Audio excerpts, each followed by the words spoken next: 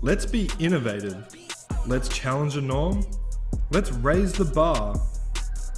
Let's be the elite.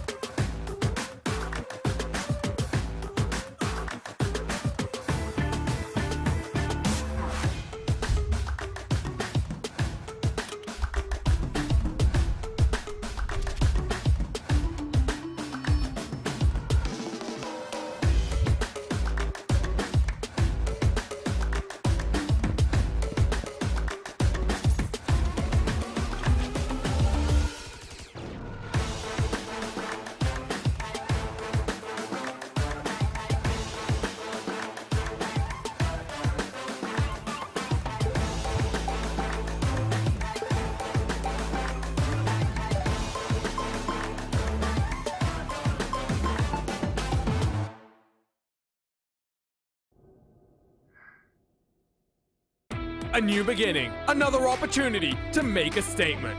Lionheart celebrates its roots with the car that started it all.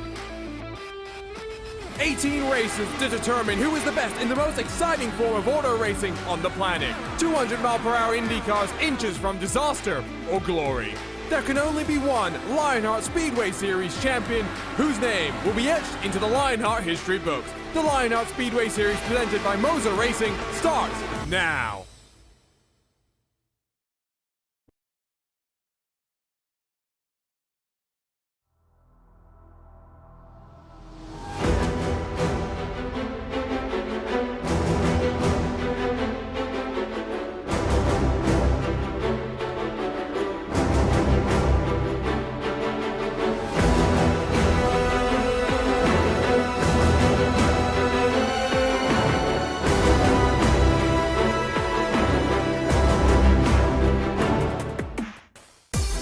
A new season means new opportunities. For some drivers, 2021 was a whirlwind of emotions. Last year, competitors such as Barrett Rolfe and Robert Metzger III had stints of momentum of lightning-quick pace, but it was Alexis Newsom who found her groove at the right time to score the title.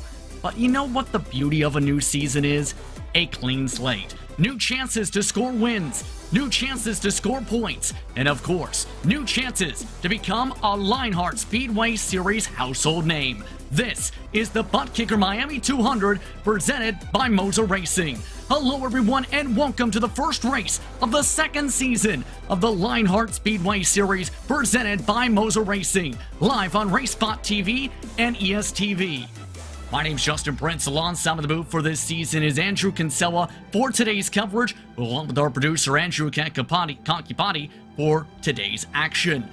I'd like to remind you that the Lionheart Racing Series is powered by HyperX, makers of premier gaming gear like the legendary ultra-comfortable Kyle line of gaming headsets. Whatever you play, however you play, HyperX knows we're all gamers. For more information, visit HyperX products at www.hyperx.com. It's time for our Graphics Esports Countdown to Green for what's going to be an exciting new season, Andrew. These drivers all set to go to start off a second season in the history of the Speedway Series, and it all starts off in Miami.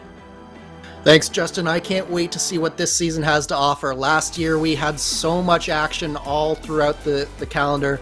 We had a championship battle that went down to the wire, and this year I expect the exact same thing to happen. We started off here, of course, at Homestead Miami Speedway, the traditional starting point for all Lionheart events and Lionheart series, and there's no better spot, I think, to start off the season than Homestead Miami. It's one of those tracks where it really challenges the driver.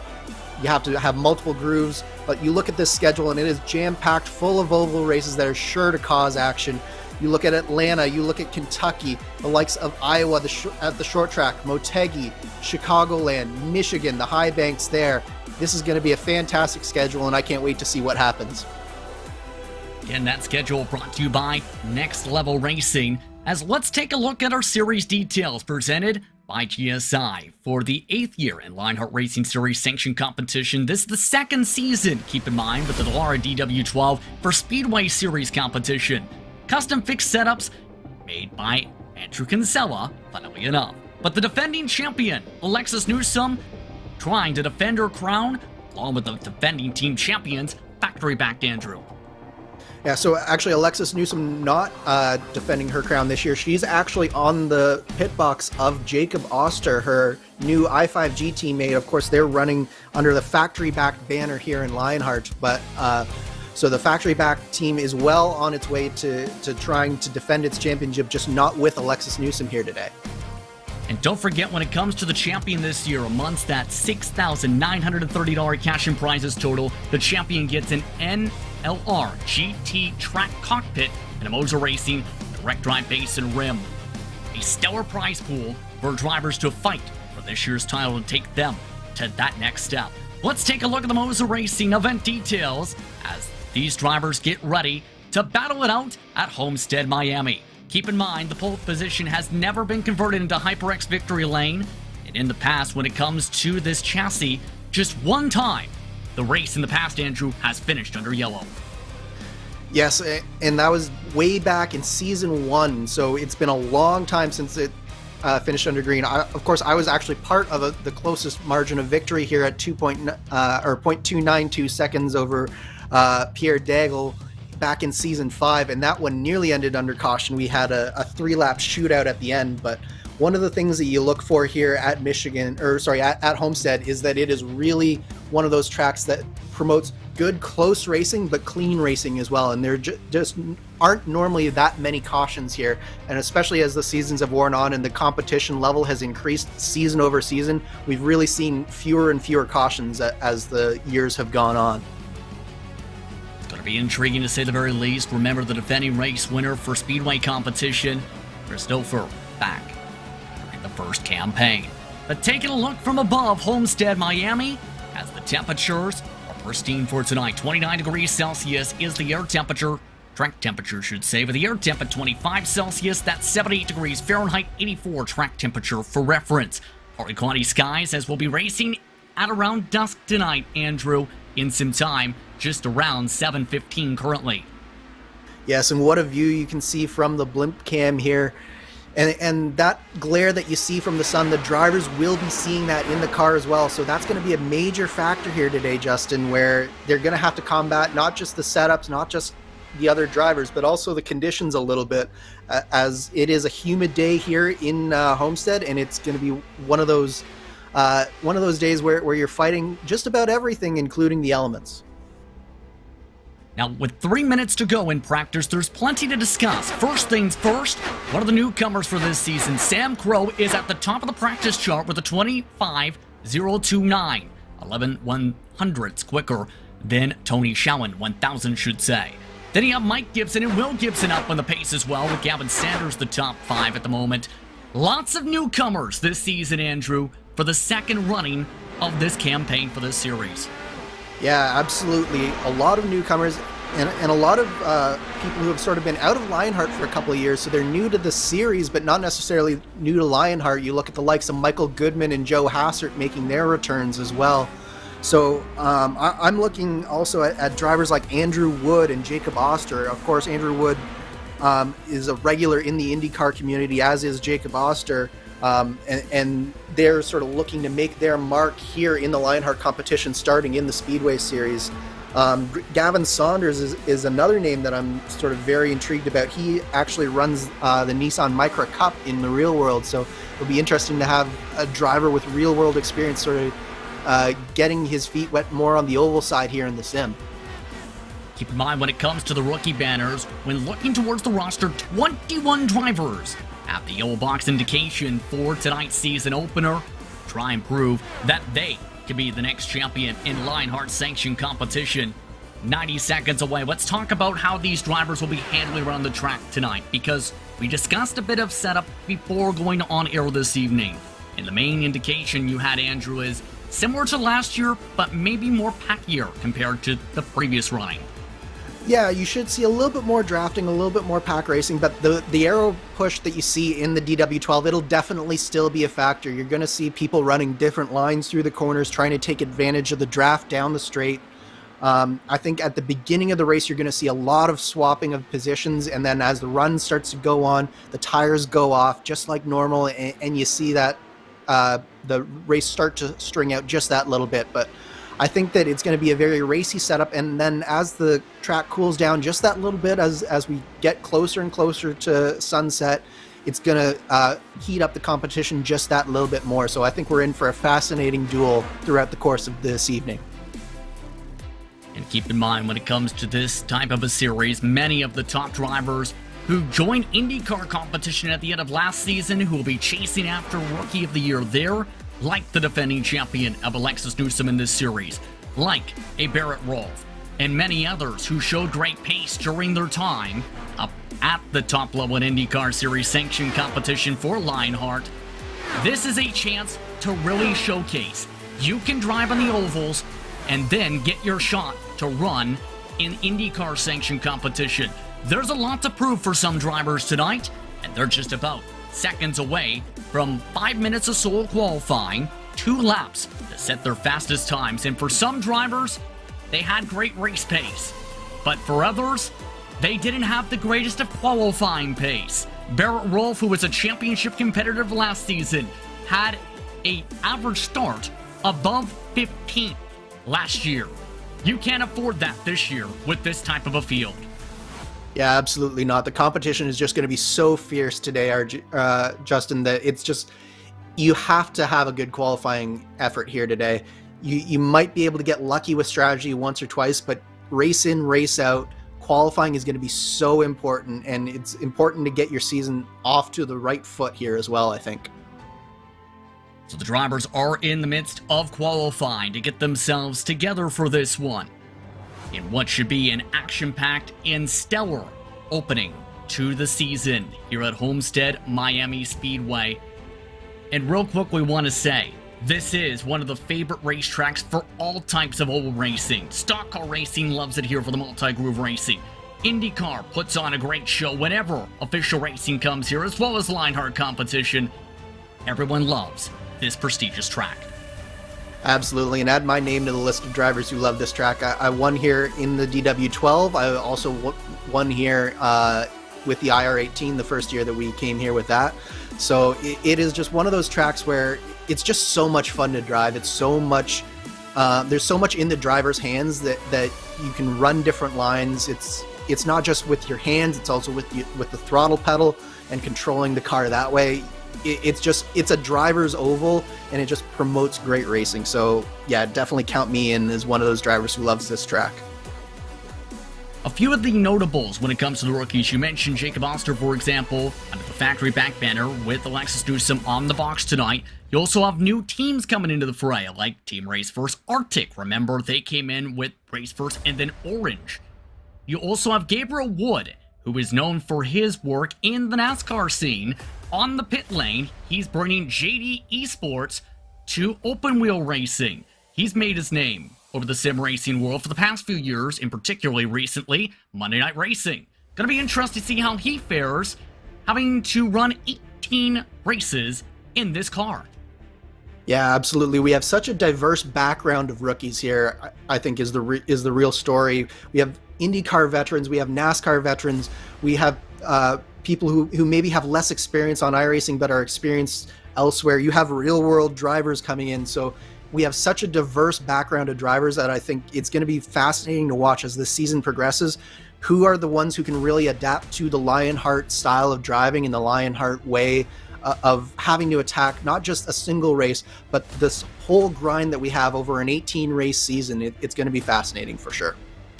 The interesting thing about that diversity, you also throw in drivers who are known more so for racing the pro trucks on the dirt side, like James Watson, a little bit of road experience there too on the setup side there as well. And then you have Ricky Harden, who has the rookie stripe since he'll be making his series debut this season. So qualifying's underway. It's Will Gibson who's currently at the top of the board with a 25.013. Dakota DeMade just almost got the pole with the 25.016. Then Big Joe Hessert is back in the field for this season. He's third. Mike Gibson, Gabe Wood rounding out the top 5. Currently looking at one of the motorsport.com machines. This is Jacob Oster, factory backed, putting up a solid time in the 25 flats, but look at that tight margin. That time is only 8/100ths back, but it's around 20th. Now, we have 24 drivers and probably more under a tenth of a second. The margin between first and second before Matt Wagner just put it on pole with an incredible lap time, a 24.9, first driver into the 24-second mark. So really strong run there from Matt Wagner. Here's Andrew Wood, known for being a long-time sim racer on the open-wheeled side, as well as a strong setup builder. He's trying to use as much of the apron as he can, one of the final drivers to set a time, a 25.098. Not going to get him a good starting position. In fact, puts him in 33rd spot at the moment. Final drivers yet to set a second lap time is Craig Forsyth, 26 seconds the first time. Second time, 25.076. Two drivers not setting qualifying time. Shockingly enough, Sam Crow, the quickest driver in practice, did not set one, while AJ Musselman did not make it to the paddock in time to set himself a time. Last moments before qualifying, Andrew, you can feel the buzz for the new season. Absolutely. The buzz is palpable here, and you can tell that these drivers are all up for this. 35 drivers in between first and second, or within 1/10 of a second of each other. Absolutely incredible. With that, it's time for your ButtKicker starting grid for the first race, the Lionheart Speedway Series campaign for 2022. Coming in towards the final couple seconds up on the board, or what is a massive 41-car field, Matt Wagner with a 24.991 gets the pole time alongside the Power Slide Motorsports machine of Michael Goodman. Tying his lap time was Will Gibson in third. Dakota DeMade, who showed great speed in the parts of last season, the short tracks, in fourth. He tied with Chris Fowler for fifth spot. Then Big Joe Hessert back in the field in sixth. Seventh spot went to Mike Gibson, with Paul Jenkins qualifying one of his best runs to start off the year in 8th. Gabriel Woods in 9th for tonight, with Matt Taylor in 10th for Team Race for Sunset. Joe Branch starts in 11th tonight, with Nick DeGroot for Motorsport.com in 12th. Ron Hacker's in 13th, with Ryan Eric King in 14th. The rookie starts in front of another one in Isaiah Dupree, with Gavin Sanders in 16th. Tony Schowen starts 17th. That time only half of a tenth off the pole, with Mike Rigney in 18th. 19th spot this evening went the way of the number 5 machine. That was to Charles Teed, with Samuel Ryman making the field in 20th. Luis Gonzalez Nunez starts 21st, Dean Mull in 22nd. Jeff Gion starts 23rd alongside Ricky Harding, who makes his Speedway Series debut tonight. Craig Forsyth for 4D Sim Racing looks to play 4D just from 25th. Gonzalo Munoz in 26th. Christian Jasper starts 27th, with Jacob Oster at his debut, starting deep in the field in 28th. 29th went to Vern Hawkins III, with Trevor Malone rounding up the top 30. Braden Carter starts in 31st, with Shane Coogan in the 32nd spot. Rounding out the grid, Gazzo and Anzaldo also lined up in front of Watson and Short, Wood and Herrick The last driver to set time is Hugo Gallas. Then Musselman and Crow did not set times for the first qualifying session of 2022 for the series. Drivers are already starting the roll on Ford. Let's quickly take a look at our featured onboard cameras for tonight's action. First, you have Nick DeGroot and the NLR on board. Take your racing to the next level. Visit nextlevelracing.com. With the HyperX on board, it's Matt Taylor. Whatever you play, however you play, HyperX knows we're all gamers, and HyperX is always ready to game. With the GSI on board, it's Chris Fowler, makers of high-end esports equipment and controls. Visit GomezSimIndustries.com. The last on-board featured throughout the evening will be the ButtKicker machine. Sim racing is better with ButtKicker. Visit thebuttkicker.com. 41 drivers set to begin a brand new season. Matt Wagner in control of the field at Homestead Miami Speedway. Competition, commitment, excitement. This is Lionheart, and this is the start of the 2022 Lionheart Speedway Series campaign. We're underway from Homestead.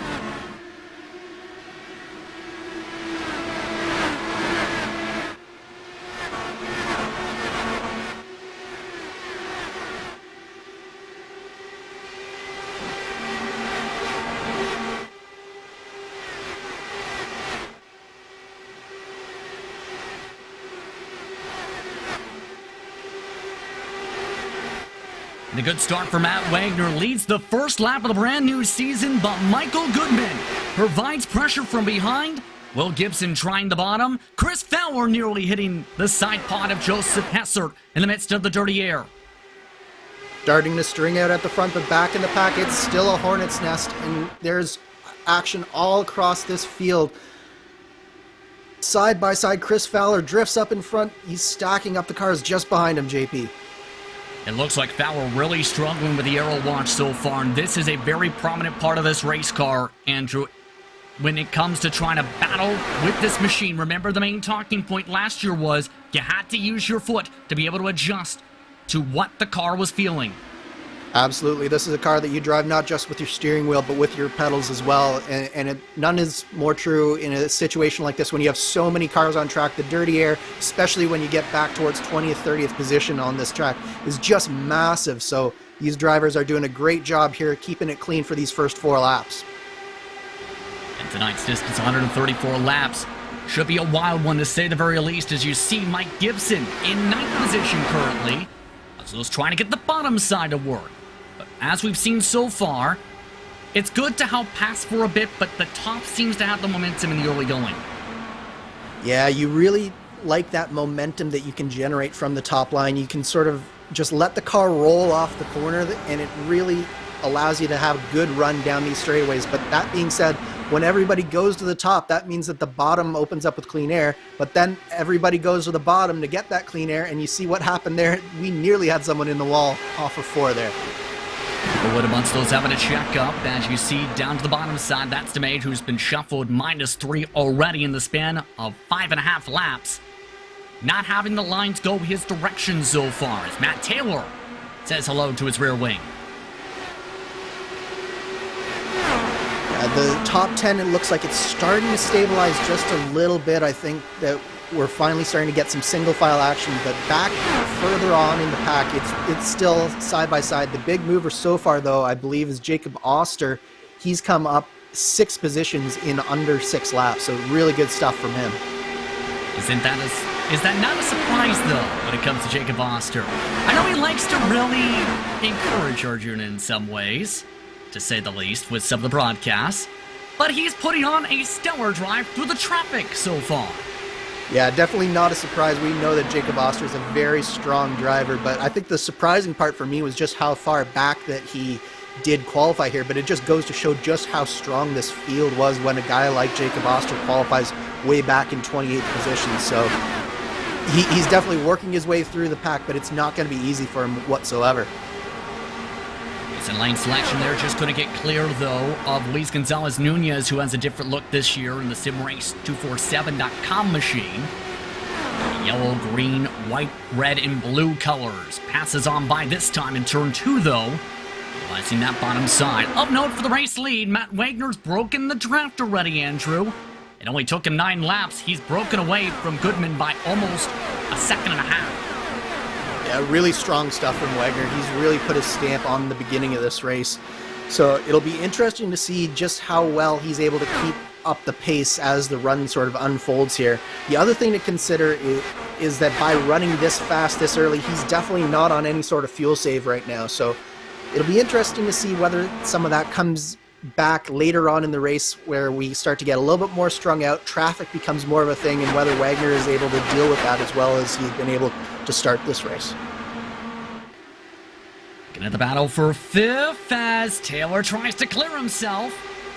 That's now for 6th spot, in fact, as Taylor just couldn't get that clear run in front of DeMade, his technical alliance mate. Drives right on by on the high side. Taylor looking like he wants to go, but just no place to go with it. But keep in mind when it comes to Matt Taylor, Andrew, we've seen it in the past with him. He usually finds a way where others can't to slice and dice through the dirty air and the aero wash. Yeah, absolutely. Matt Taylor is one of those drivers who is willing to take risks, and many times it pays off for him, but also there are times where it doesn't quite pay off the way that he would like it, and I would say it's cost him in some situations that we saw, particularly towards the end of last year. So I definitely think that Matt Taylor has come back here this year refocused and really looking to cement his spot in the Lionheart pecking order here in the Speedway series. So it's definitely intriguing to watch him getting into a battle already this early on in the season. Nick DeGroot in a battle himself, meanwhile, getting passed on the outside again by Mike Gibson. Once one of the many newcomers, Gibson Racing is the backing for Mike Gibson and Will Gibson. Expecting big things out of them and some of their experience on the sim side. We take a look at the rest of the trains. Yeah, the Gibsons have really been showing a lot of speed in the practice sessions that I've been in. They've always been up towards the sharp end of the grid, whether it's just in lap times or in the races themselves. So definitely 2 drivers to watch here as the season unfolds. But yeah, you're definitely seeing the cars, the tires are starting to go away just a little bit from these drivers. It's starting to string out, but there are some brave drivers trying to make alternate lines work, and I think that you're really seeing that some of these battles, what you need to be looking for is, can they do what that car for 20th just did there, is clear them coming off of the corners. If you can clear a car off the corner, you can make the bottom work, but we're seeing the top line is really sort of the favored position just because it is so difficult to get clear on the exit. See Big Joe Hester amongst those clearing on by once again to get single file in the battle going on for about 5th. DeMade passing by Taylor. Taylor had passed that 82 machine before trying to pass the purple and white car. So now Taylor having to rework that same position he already had gathered before. Yeah, and that's really a product of momentum. It's so important to keep your speed up and to keep your momentum up because it takes 2 or 3 laps if you get checked up to really get back into the swing of things. And by the time you do, you've probably already lost position. And so that's really what happened to Taylor through there. Looking back now at the battle for about 10th position. As they still try and sort themselves together, Ron Hacker has actually moved in front of Gabe Wood, who slipped now to 13th. And that JD Esports machine falling back in the order. The lead car in this grouping is Tony Schowen at the moment. They're nearly a second back, however, of Mike Gibson now. The 31 preferring the middle groove, and you see those differences in lines which you have to make because of that aero effect where you have to guess right if you want to make that move forward. It's so important to guess right, and there are subtle cues that you as a driver have to be able to pick up on, and that's really what separates the good drivers from the great drivers, is going into the corner, they're able to predict just that little bit better than some of their competition where the drivers are going to be. And it just allows them to get clean air more often than not, and that's how you find traditionally some drivers tend to be at the front of the field more often than not. Battle for 4th, by the way. Joe Hester now back in towards 4th, holding on in front of Matt Taylor. The main has been shuffled back to 8th in the past couple laps. They are losing ground as a result of all this scuffling to Will Gibson, about 7 tenths back now to the 05. Yeah, and I think part of that is that because Gibson has fallen so far back of Goodman as well, Gibson's just able to get a little bit more clean air on the front of his car, and he's able to get through these corners a little bit more. Really nice move there. Taylor just cleared the bus, and now Hesser going back and forth in the heart of the pack. Meanwhile, right on behind, Tony Schowen finding. Here's a look back up to the battle for fourth. And Joe Hesser trying to do the slider back. Can't make it work in turns 1 and 2. That is the first time I think that Taylor's really gotten clear of Joe Hassert. He took 3 or 4 runs at Joe, but he wasn't able to get by. Now he finally is. So let's see what Matt Taylor has. He's looked quick so far tonight, so let's see if he has anything for Gibson in front of him. Taking a look on board. This is the HyperX on board. And you see that difference of clean air versus aero wash and dirty air running tucked up behind somebody's wing. Just that extra bit of speed. Yeah, and the dirty air is sort of a catch-22 because you do get an advantage running in the draft down the straightway in a straight line, but it's so hard to get through the corner well, and you really need to be careful to find that line and find the fast way through. So it really is a challenge for these drivers. Let's take a look at some of the drivers finding it challenging to make their way through the field. Amongst those, Andrew Wood. Wood is currently in the 30th position, battling for 29th with that top car to the outside, and Creighton Carter, not the way he wanted his debut to go in this series, knowing the talent he has in open competition on the iRacing service. I think, JP, that it probably has to do with the choice of materials for his paint scheme. I think the wood that he's put on his car is just holding him back just a little bit. I heard he found a way to make it where the wood actually makes him faster. Really? Is this like a new type of wood that he's discovered? It's called not actually using wood on your car. Nick DeGroot looks to knock on wood and knock on the door for 6th. I think we've got to stop making wood jokes now before Arjuna gets really mad at us. Well, he's going to be bad after that. That response? Well, let's take a look at your driver profile presented by MOZA Racing. Chris Fowler is that profile tonight. 18 starts in the campaign with 5 top 10s in his career in Speedway competition, 4 top 5s and 1 pole. His best run came in that thrower at New Hampshire, in the middle portion of the opening series campaign run for these drivers. He had some great runs in Speedway competition last year. Yeah, he was really looking strong throughout the entire campaign. I know that he was very disappointed with the way the season ended, and he wasn't really able to fight with Alexis Newsom in that finale the way he wanted to, but he is definitely coming back strong here. He's doing a great job in 6th place so far today, holding off Nick Groot right now. 3 wide, you meanwhile in the heart of the pack you just seen there. That is the battle for about 17th position. 3 forced up to the top side, Rigney on the bottom. Bert Hawkins the third, shuffling in from that middle line. These drivers are fighting really hard, mind you. These cars are 7 seconds behind the leader. Every last second and every position counts in a race like this because you never know what's going to happen. You never know how long a green flag run we're going to get, and you never know how the strategy is quite going to play out until we get further on in this race. So I don't blame these drivers for going at it as hard as they can. Every position matters.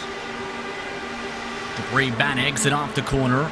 Gets squished up by Vern Hawkins, the third, one of the biggest movers for the field right now, a plus 11.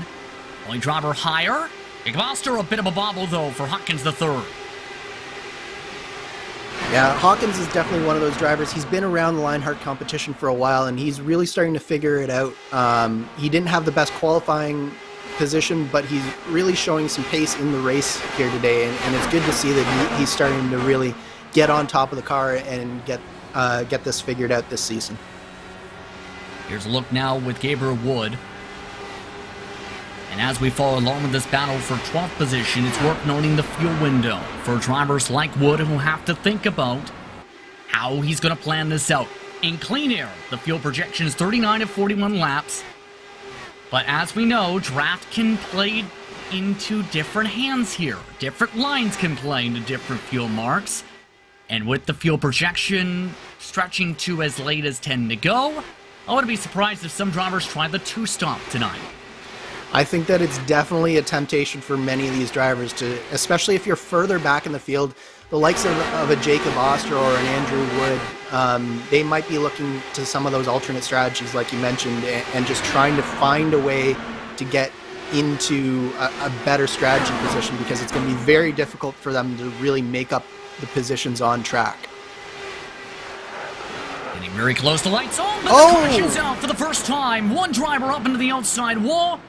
We're under yellow for the first time. A big shunt in the heart of the pack noticed.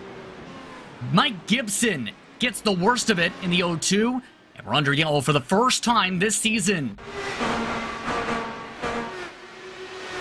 Massive impact there through turn one. Looked like it was Gibson and who is that? That's Tony Schowen on the inside of him. And it just looked like Schowen tried to go to the inside, and then at the same time, Gibson was trying to make that same move. So it just, Schowen wasn't intending for that to happen, I'm sure, but at the same time, probably maybe needed a little bit more room given there for the two drivers, I think. Especially with that line positioning. Here's a look one more time. You can see the thought trying to set it up with the maid on the outside, but you're right on the spacing. There was still a lane and a half down. And Mike Gibson pays the price. He is the first driver to have to take a tow on the evening. There goes that strategy discussion, somewhat. It's basically a tight window for a one-stop under green from here. Yeah, I think the strategy from here is sort of in the opposite direction. I think you're pretty much committed to a two-stopper at this point, but the question is, how do you split up those two stops? Because the window here is going to be pretty wide in terms of when they can come down pit lane. So do you potentially try and stretch this first stint out, or do you try and split it equally? There's going to be some different strategy in that respect, I think. Off and away the race off the pit lane. Matt Wagner coming across first once more. Samuel Ryman stayed out to try and get a lead lap and did secure that mark. Sam Crow missed his pit stall amongst that sequence. So everyone coming in for their fuel. Tony Schowen, for obvious reasons, having to take a wing change under the caution. But the reason I mentioned the possibility of trying to split it up from this mark at a 1 is, what's 44 times 2? 98. Or rather, that's 88. Math is hard. Pardon me. Live commentator math is never a good thing. I've made the same mistake myself. Yeah, so it's going to be a really long stretch. You'd be looking at 4 to 5 laps a stint minimum in order to really try and make it. So I think that probably the safer play is to try and split the two stops that you're probably going to have to make up in an inventive way. Especially since if you divide it up for the time we are likely to go to green here with the laps remaining, looking towards possibly 47, 48 laps having to make it. So there is that thought process being explained by an actual calculator instead of math in head. Meanwhile, the pace car has 1 lap to go on it with the lights out. Wagner and Goodman, Gibson and Taylor, Ryman and Hessert. Then it is Fowler and DeGroot. Jenkins with the stellar run in 9th to made the top 10. Give a shout out to the 35.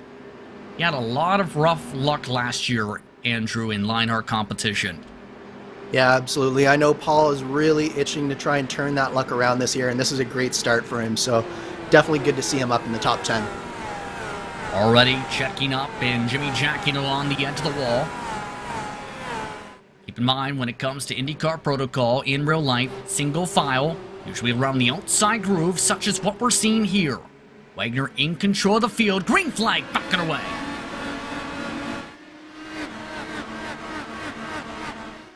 And a great launch for the number 3 machine, up by 6 car lengths already into turn 1. A nice launch there from Matt Wagner. And we haven't talked too much about Goodman, but Goodman's been doing a really nice job in second place too, but he's under fire right now from Will Gibson, one of the rookies. Will Gibson trying to find a way to build up a run. All of them follow the same line. Meanwhile, Gabriel Wood amongst the first of the side-by-sides. This is around 8th on back or so. Gabe Wood with the momentum high side, but Buxton forced a check up behind DeMade. Yeah, DeMade really the cork in the bottle here. You see that Jenkins has really put in a nice big gap between himself and this pack of cars. So we have sort of an 8-car breakaway at the front, and then this hornet's nest of 4 or 5 drivers really trying to figure out who is the fastest driver to lead them back up to that pack of 8. Some snaking amongst the lead drivers. Now looking in the heart of some of these packs right now as drivers settle out. The bottom groove for Wagner. 2x2 now for third. Gibson's under fire by Matt Taylor. Taylor tries to send it to the inside. He tries to park the bus and completes the pass for third. Nice move from Taylor. That's really what you need to do, is take advantage when the caution bunches everyone up. But Gibson is not done with Taylor yet. He's fighting back on the inside, and it'll be, oh, they're getting close off the corner there. But it looks like Taylor will be able to hold this position down the back straightaway. Meanwhile, the battle for ninth has lost them nearly a full second, but guess who's leading the train? Jacob Oster, who's up 19 positions. This is absurd. Yeah, I think Oster saw how tooth and nail everyone was fighting and said, okay, guys, we need someone that's fast that's going to lead us back to that lead pack. And he nominated himself and went straight to the front of that pack. And he is doing everything he can to pull himself back up onto the back of Paul Jenkins right now. What can I say? There's a U-Haul logo on that machine for this season to start off at least. And Oster's hauling the mail to get up through the pack. Dakota Main fighting as well, though, with them looking towards the front still. Taylor trying high side here. Bottom side still for some of the others, such as these cars darting a bump to the inside, such as Taylor, who wants to still fight now for second. Yeah, Taylor's looked really strong, but you see just how much of a price that he paid there trying to make that inside work. The tires are already going away, and he drifted right out to the outside, allowed Michael Goodman to do the nice over-under move. And we'll see, will Goodman be able to clear Taylor? Will Taylor be able to hang out on the high side here? Goodman losing ground, and yes, indeed, high side is great side. For those trying to finish a pass, Taylor is clear for that spot. Chris Fowler, meanwhile, he's been really determined, it seems, short run to try and work around the bottom, Andrew, but it's not been working for him compared to some of the others. He's been better when he's on the middle high up on the track. Yeah, I really think that Fowler needs to keep moving up that track. He knows that the bottom can work, but the thing is, he needs to know when he has to move up, and he hasn't been good at recognizing it so far. Oh, another caution. Big wreck here. It's in the second grouping as some of the drivers scattered to the grass and are cautioned for the second time tonight for the season opener, and one of the drivers, I believe that may be Wood, who's slowing on down here. Let's take a look to confirm. And nope, it's one of the black and red machines.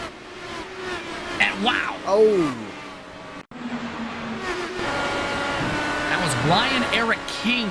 Sanders is the driver we were looking at there initially.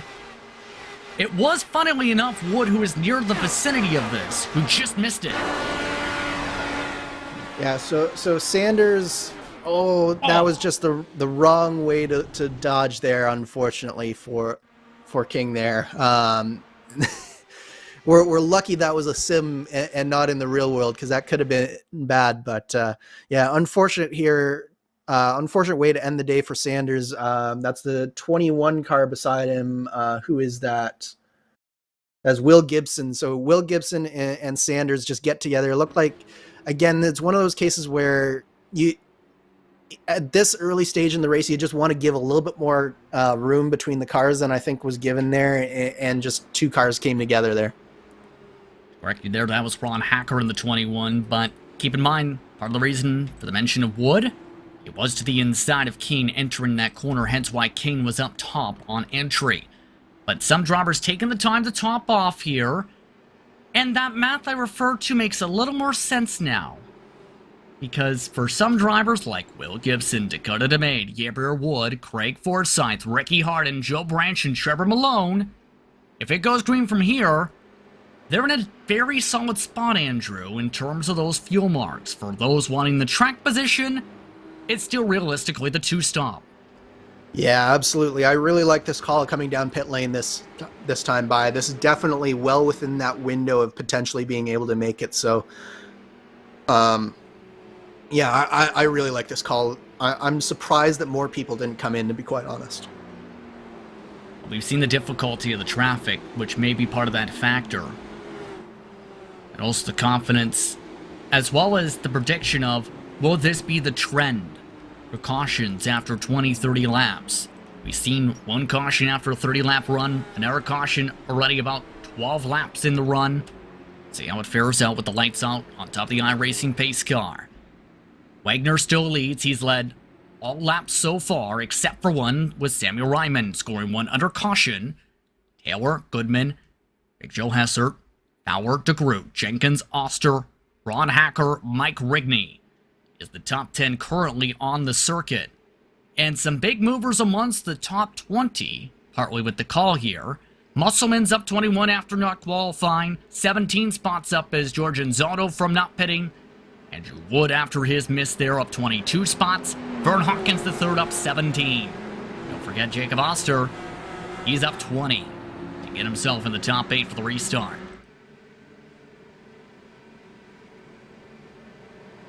The lights are on here at Homestead Miami Speedway in Homestead, Florida. It's time to get back underway at this 1.5 mile circuit. iRacing pace car off. Matt Wagner in control of the field. Green flag once more.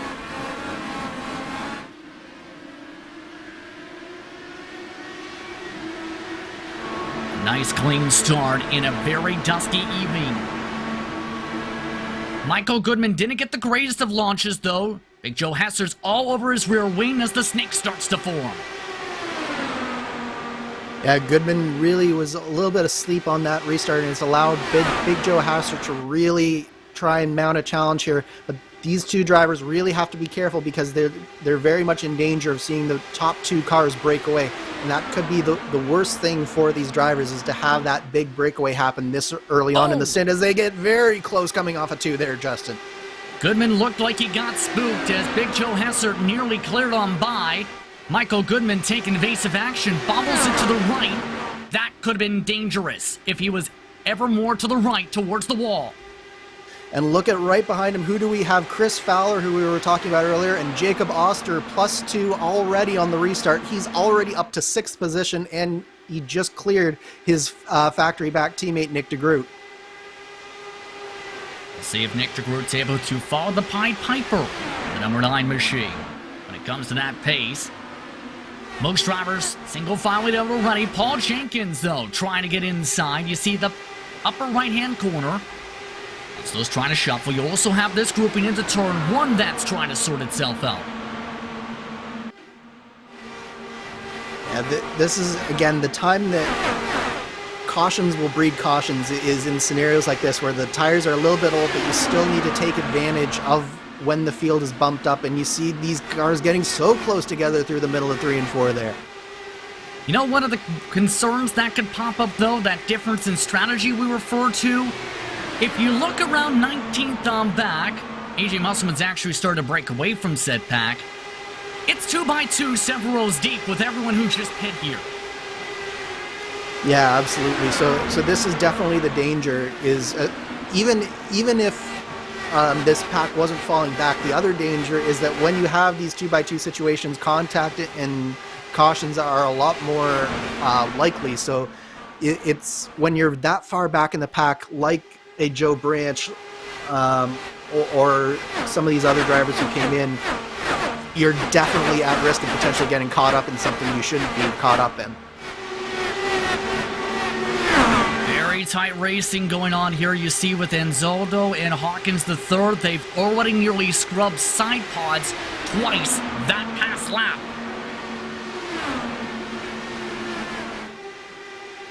Really nice racing. George, of course. Oh, there's an air squeeze. Just getting it ever so tight, Andrew, with this fight. Anzaldo this time able to hold it off. Yeah, holding my breath a little bit here, Justin, seeing how close these guys are racing. It's only lap 56 of a 134 lap race, but it just goes to show just how hard these drivers have to fight just for every square inch of track. This series is so competitive, and you just have to fight lap by lap, corner by corner to try and get your way through this field. And it's battles like this that show why these drivers are so good and putting on the show that they are. Coogan with the popcorn seat to this fight as well, keep in mind. They are losing ground, mind you, with this side-by-side, but right now Coogan waiting for the chance for his time to strike. After all, they are actually pulling away from that hornet's nest of drivers with fresher tires as a little bit slippy there. That was Jacob Oster coming up straight in front of Chris Fowler, and Fowler had to get well off the gas in order to keep off the back of Jacob Oster. I'm not quite sure how they didn't manage to have a disaster there, but good heads-up driving by Fowler. But Jacob Oster now into the top 5 after starting 28th, Justin. They did make contact, it's worth noting, Andrew. Just check to make sure. How will that impact Fowler now? Is there going to be damage to that wing? That will require a change. That's a big question mark now. And Chris Fowler, in turn, has pinched Nick DeGroot to the bottom of the track. Yeah, definitely not a lot of give and take going on right now on track, Justin. These drivers are racing each other as hard as they can. It doesn't look like Fowler has any damage there. I think he managed to escape without any sort of detrimental effects, because he's taking it right back to the back of Jacob Oster right now. So I think we got away with one there. Have to see, and nearly knocking the wall down is DeGroot too with the aero wash. A little bit lucky there as we take a look now a few positions on back. The Georgian Zoldo fist fight around him with Coogan now looking to make a pass. He's already been passed by Hawkins III, who's ran away by nearly a full second with the help of the next pack up.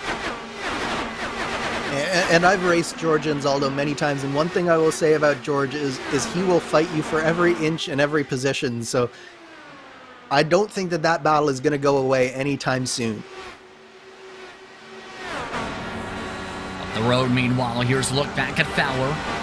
Looking to try and find a way back around Oster. They are starting to slowly reel back in a touch bit at times. Michael Goodman, who has a bit of clean air. Yeah, it's definitely interesting to see what Fowler is doing here, because some laps he really seems like he wants to try and pass Jacob Oster, but other laps he seems to just be a little bit more content to ride behind Jake and see what Jacob can do here. But I think the key is, will Oster be able to keep on reeling in Goodman, or will you start to see that gap opening up a bit? Because I think that will really dictate what Fowler does here. Already quickly approaching the halfway mark in this one. 71 laps to go this time by. Here's a look again at Ron Hacker. Very nice run so far for the 21 machine. I'll give him credit. Had that bit of contact earlier. Has been cleared with that respective incident due to internet-assisted contact in that mark for the second yellow.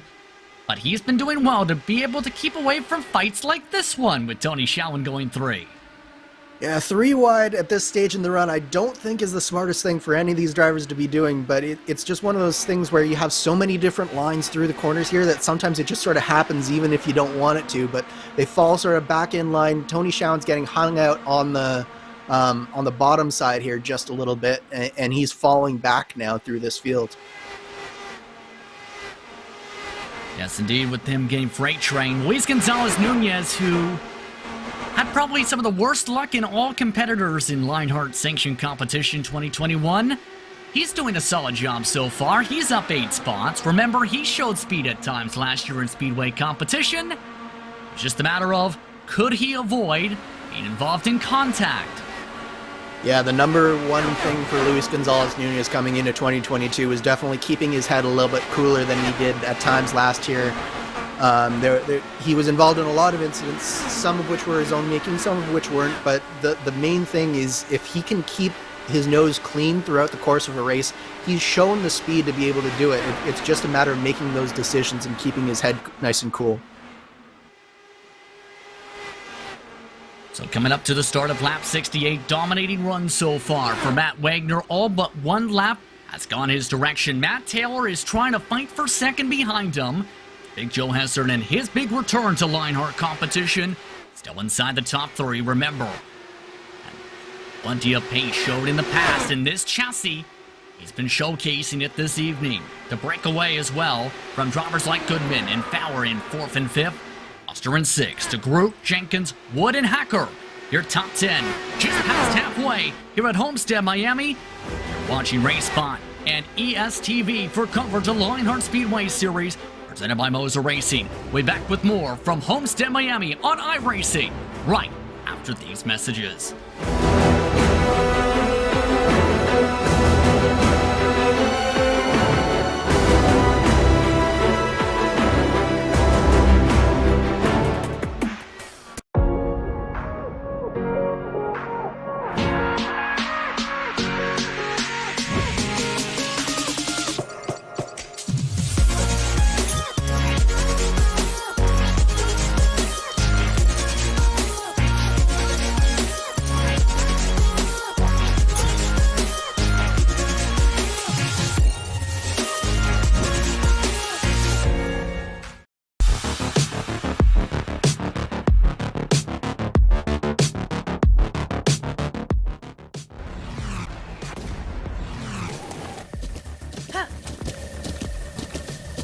With the ButtKicker Gamer 2, what you see and what you hear is what you feel.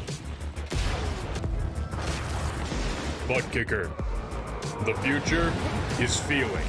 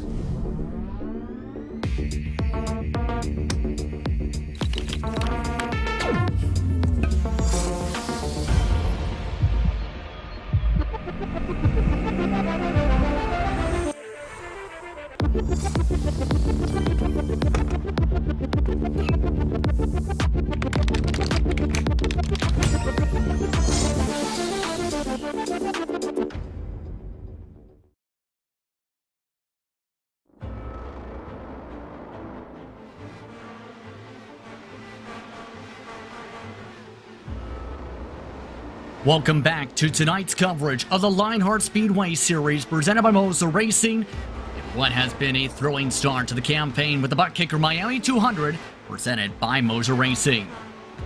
Justin Prince, Andrew Kinsella with you in the booth with our producer Arjuna Kankibani, and what has been a two-caution affair so far this evening.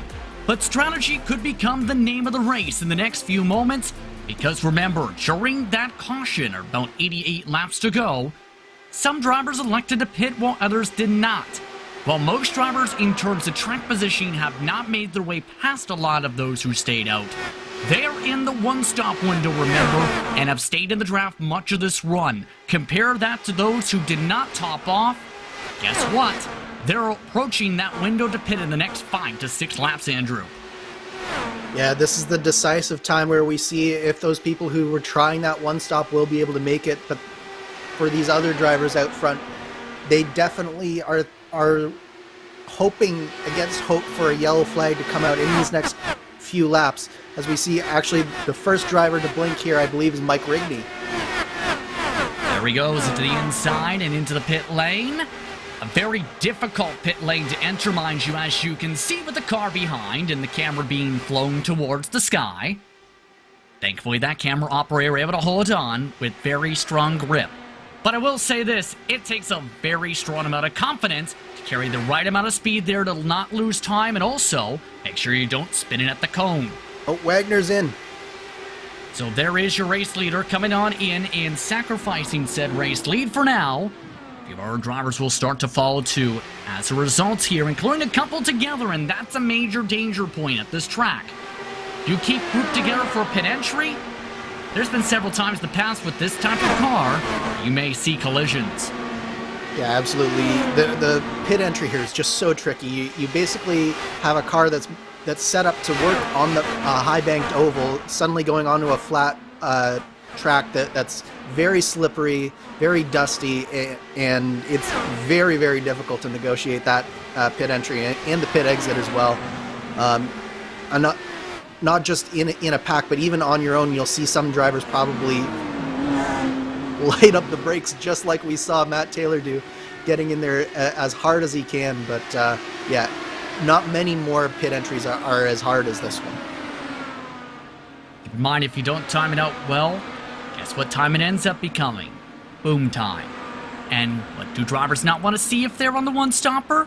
Boom time. Because boom time means yellow flag time most likely. And yellow flag time means their strategy may go bust, as well as those who have taken service already.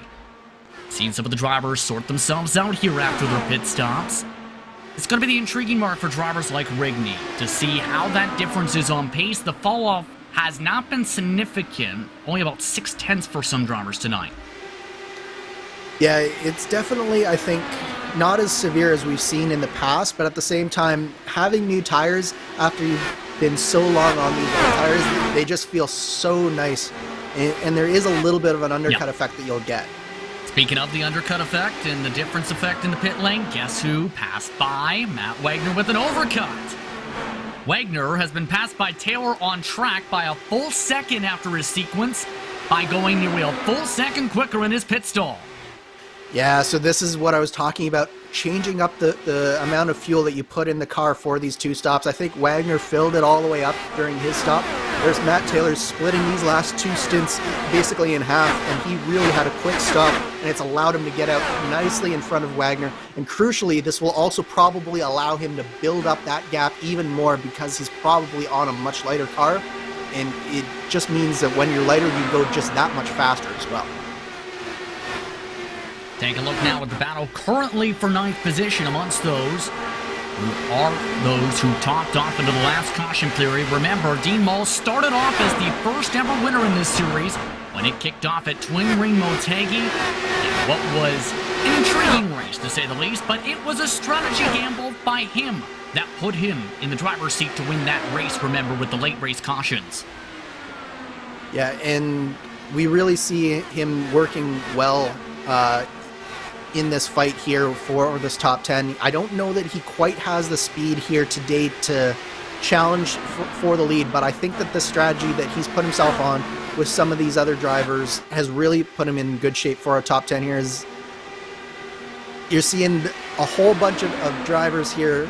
Fowler, DeGroot, so close through 3 and 4 there, but this is what the difference between fresh tires and old tires is really doing. You can see how stark a difference is, how much more grip the race first car has compared to the very old tires on that car of Dean Mull.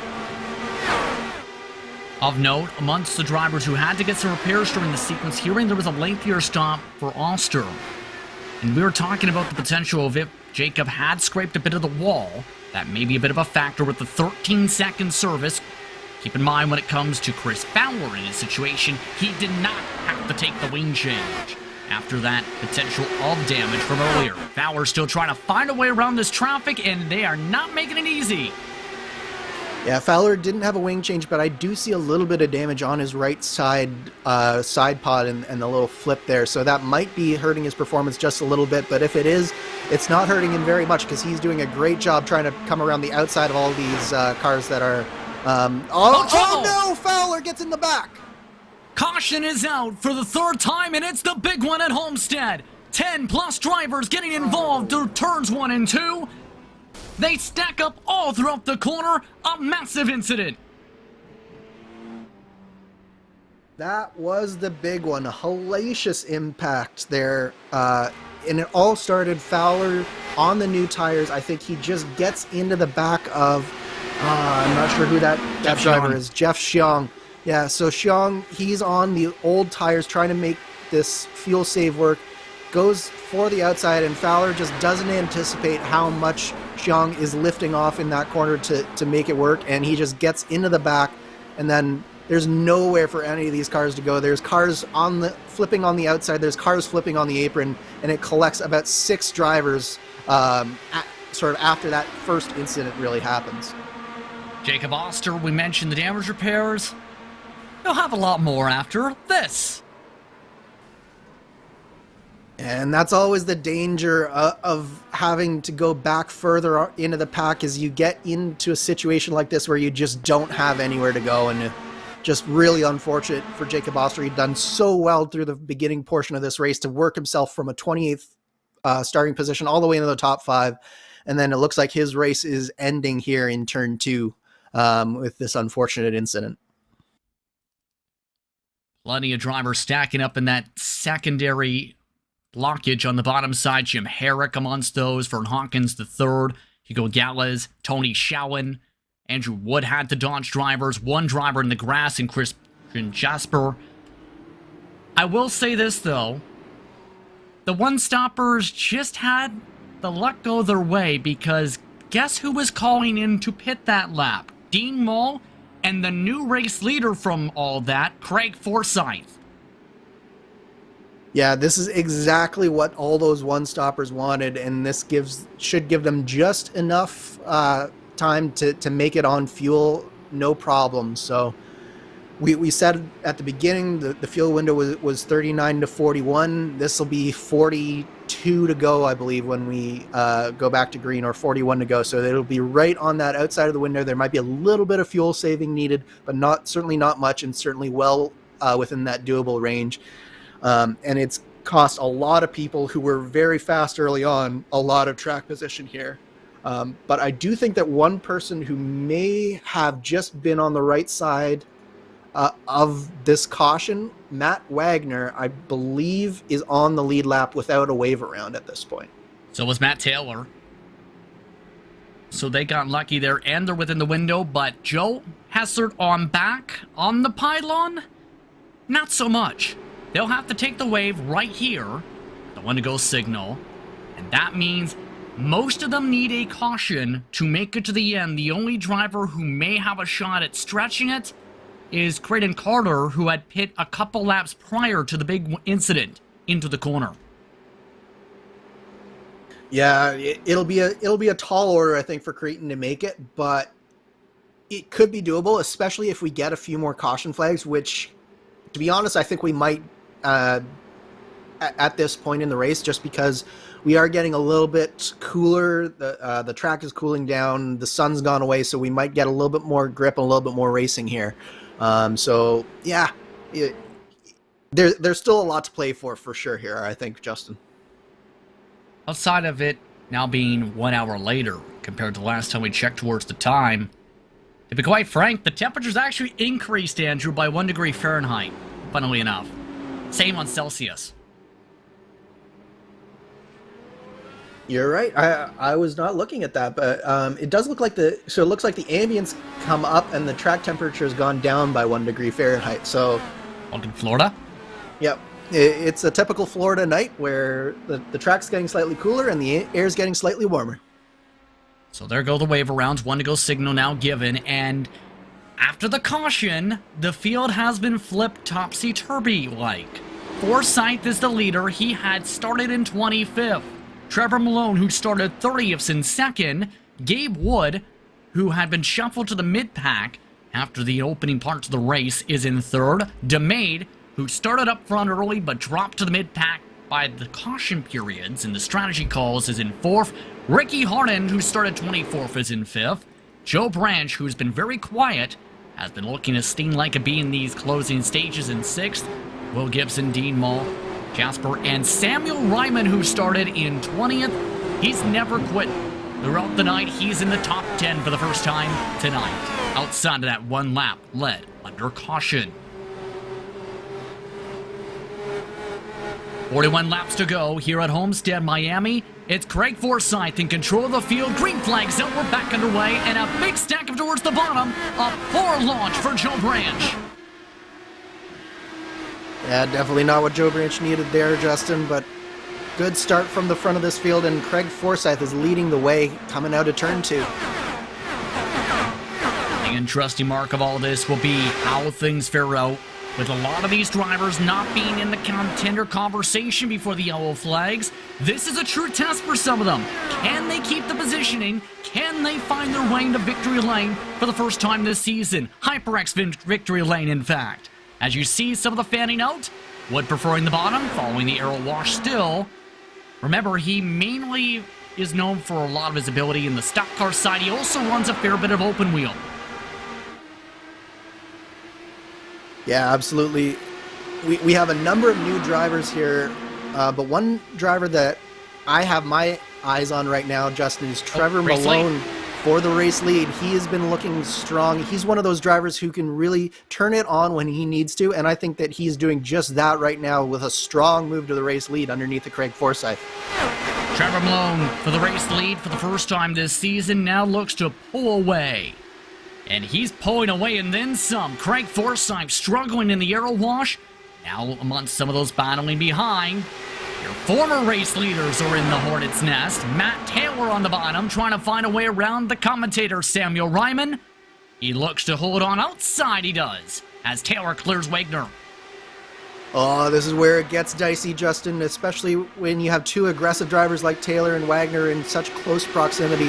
They're both just chomping at the bit to try and get back through this field towards where they were before, but they've got to be very, very careful here that they don't trip each other up, because it can so easily happen. Go ahead. Nearly tripping each other up is Gabriel Wood with a slide from underneath from Will Gibson. New race leader again, it's Ricky Harden to the point. Everybody wants the lead, everybody gaining confidence. Now contact as Trevor Malone touches the wheels of Gabriel Wood. Wood knocks into the wall. Wood still keeps his foot in it. What is going on? These drivers are treating these cars like stock cars, not like open wheel cars, and I don't know how much more some of these drivers and some of these cars can take in terms of abuse, but you seem to have gotten through that just fine, and somehow in just one lap Trevor Malone has gone from first to fourth place there. Incredible racing here at the front of this field. Intamin Cutter blocks a center into the wall, collects Taylor, cautions out again, and he gets hit by Rigney. More drivers trying to dodge down the front stretch, but we're back under yellow again. Samuel Ryman pushed into the wall, and then calamity. Oh, what did I say just a few laps ago about Taylor and Wagner back in the field, and just like that, it comes to fruition. Ryman just gets a little bit too high. There's a 3-wide situation there with Wagner on the bottom, Ryman bouncing off the wall, and Taylor sort of just gets pinballed between the two of them, nowhere to go, and unfortunately collects Mike Rigney as well. Got at full speed. It's what Barney's seeing. And Barney's still ever present with the yellow flag waving. But again, big stack up around the line. 3 cars involved. Rigney getting a piece of it there. Here's a look from above. Yeah, you can just see that the momentum on the top side just stalled, and Ryman got a face full of arrow wash, and when that happened, it basically caused the 3 cars who were to just accordion together, both in terms of distance on the track and in terms of where the line that they were running. And to me, that's just one of those racing incidents that unfortunately happens. But I believe this is Gabe Wood coming down on pit lane here. He is from towards the front. Everyone else who took the waves, as well as Matt Wagner, are also taking the time to get some fresh rubber and top off to make sure they're good to go. Remember, some of these drivers needed this caution to make sure they can get to the end fully on the gas. We'll see where they shuffle about here as a result of this situation. Gabe Wood, 8 seconds, no repairs needed for him. That will cycle him to 9th on the racetrack. Yeah, I'm kind of surprised at that time from Gabe Wood, because that means he probably filled up on fuel, and I'm not sure that he really needed to there, because I think he probably could have made it without that. So kind of surprising that he chose to probably take on a little bit of extra fuel there, but yeah, we'll see. I'm going to be keeping my eyes open to see what happens with an 04, knowing experience on the sim side. That Air Spanky Back machine's going to be very happy if it comes to victory lane. Let's put it that way. With some of the reactions he had from winning a Monday Night Racing event that had a lot of happenings happen. To keep it light. But now with 32 to go, the lights continuing to get ever more brighter for the drivers. Who's your pick at this point? Because outside of maybe Benny, the pace car driver, there's no real clear-cut leaders now, especially after some of the shuffling. Yeah, it's really hard to say. I like the way that Ricky Harden's running right now. Dean Mall is one of those drivers who knows how to stay back just enough to stay out of trouble. He's one to watch. Joe Branch, similarly, I don't know that he has the outright pace, but I do think that he has the potential. And then you look at the likes of Gabe Wood, Matt Wagner, Joe Hassert. If they can find a way through this pack of cars, maybe with a couple more cautions, you could definitely see them making an impact on the end of this race as well. 25 drivers are still running, mind you, coming up to the one to go this time around. The last of those drivers is one lap down in Andrew Wood. He and Shane Coogan are those drivers who are only running a lap down left.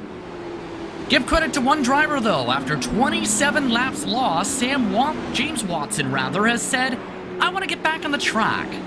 He has a chance to gain some spots here and maybe finish 27th in his debut after his struggles early and mid-race. Hey, he stands to gain 10 spots just by if he can keep his car on track and on pace. Then more power to him, because 10 spots in the championship in a competitive thing like Lionheart, that's nothing to sneeze at for sure. But the main thing is that Lionheart does have rules, so he can't just come out under caution. He does have to make sure that he has the speed to maintain proper race pace here. So hopefully we'll see him be able to take advantage and maybe gain a few positions here. Isn't a good spot for that with a one-to-go signal and everybody deciding to run everything but single file. Ricky Harden wants to be a pace car. Craig Forsyth running the wall. Trevor Malone ran middle. DeMay ran the bottom. All of them will be the wall, though, in a minute. I think. Yeah, they'll all get lined up here in just a second, I think. It's almost like grade school, right? When you're told by your elementary school teacher, everybody get in a single file line. Be able to line up. Okay, Tommy, get yourself up into this line. And then you get this. And then, in regards to this racing, you have to get ready to sprint. Ricky Harden sprints to the green flag. We're backing away, 30 to go.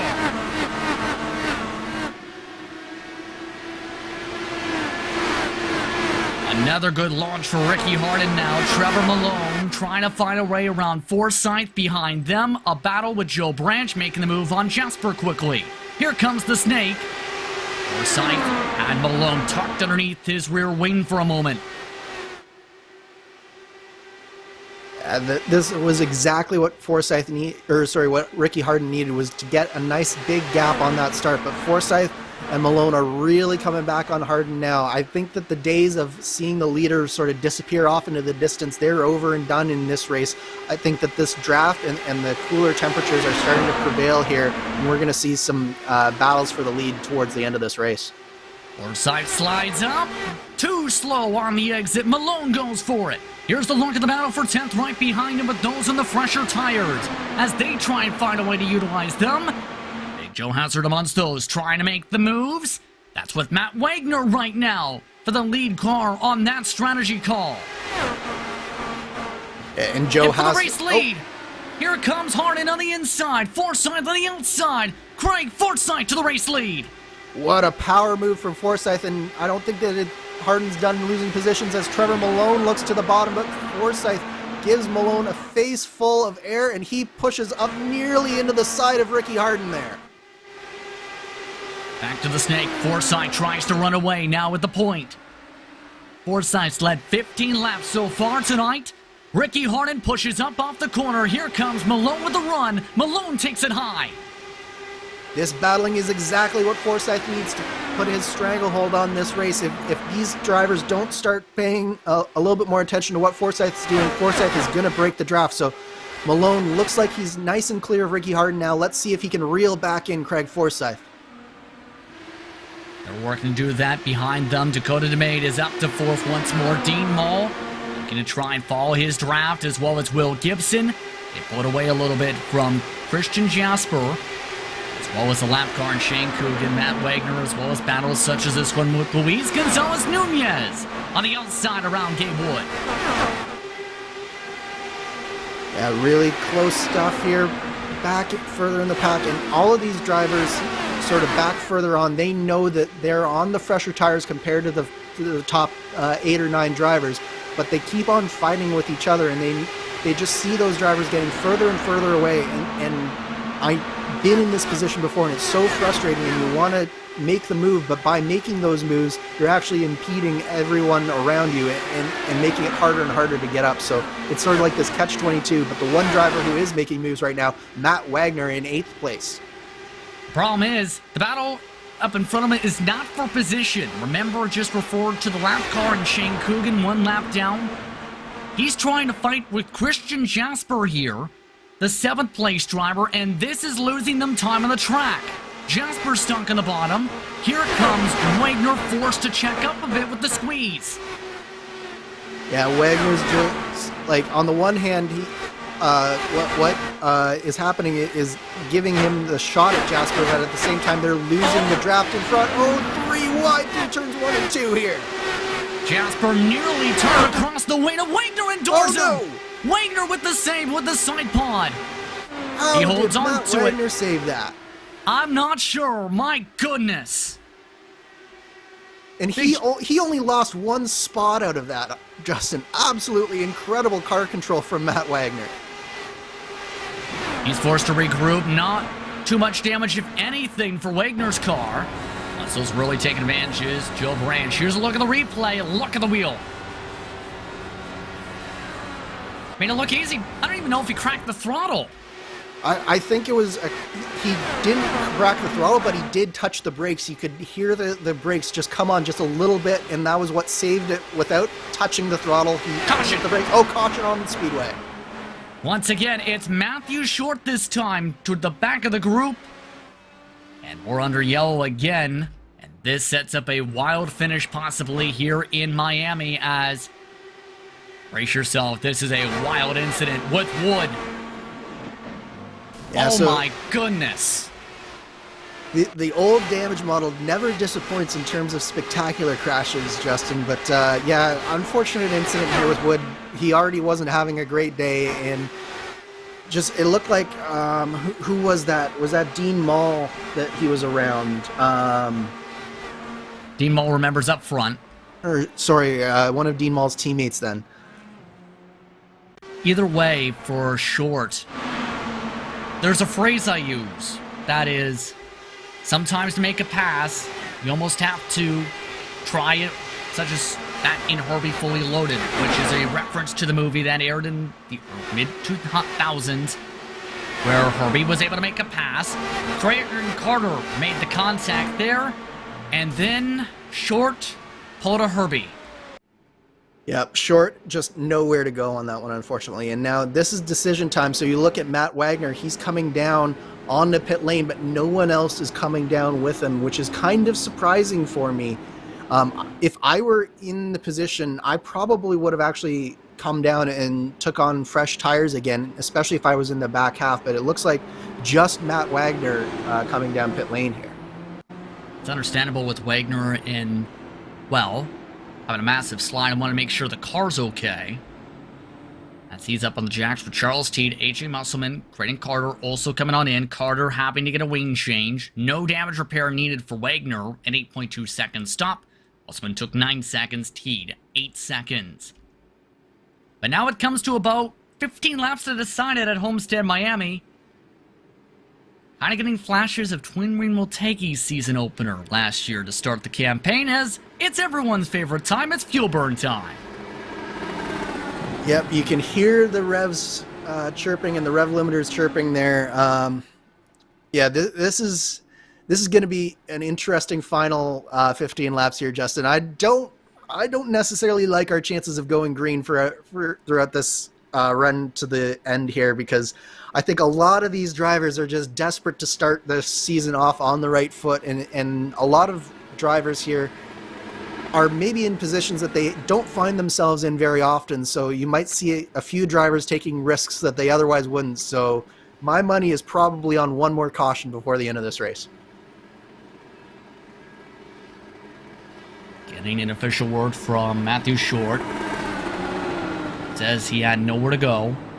Frustrating, he says, as he wanted to keep it clean tonight. Heartbreaking for his debut in the Speedway Series this evening. Not the way some drivers want their opening runs to turn out with the DNF. You want to finish your debut and want to run well at the very minimum. Yeah, absolutely. It's doubly disappointing when it's your series debut, like it was for Matt Short. As you say, you just want to have that first race get under your belt and get your confidence level going. And when you get off on the wrong foot, sometimes it's very hard to change that momentum. But yeah, it is what it is. Sometimes these things happen in racing, and definitely Matt Short there in particular, he had nothing he could have done there to avoid that wreck. So it's Forsyth, Malone, Hardin, DeMade, Moll, Gibson, Hassard, Branch, Jasper, Nunez, the top 10 now. First on fresh tires is Wagner in 18th position. And right now, the light's coming out this time around. 15 laps to decide it. Forsyth in a decent spot, but remember, the sliders have been starting to really get flowing in the first couple laps after the restarts, as of late. Yeah, I like where Forsyth's at, particularly this far into the tire run. I think it's going to be harder and harder for the guys like Malone and Hardin to really get a run on him. I think they've probably got one, maybe two runs before the tires really start to go off and this becomes Craig Forsyth's to lose. But that being said, we know that Malone and Hardin are Chargers, and if they do see an opening, they're probably going to take it. We've seen that already with some of the three wide battling and how dicey it's been getting for some. Craig Forsyth looking for the victory to start off 2022. Off right for him. Trevor Malone looking to do the same. He's in the conversation for a couple different victories in 2021. Can he get that done tonight too? Or will it be Hardin in his rookie campaign in Speedway competition? Let's find out. Pace car off. This time stacking the box. Off and away.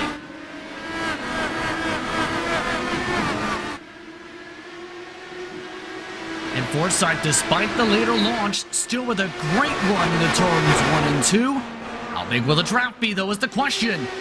Nunez with some problems.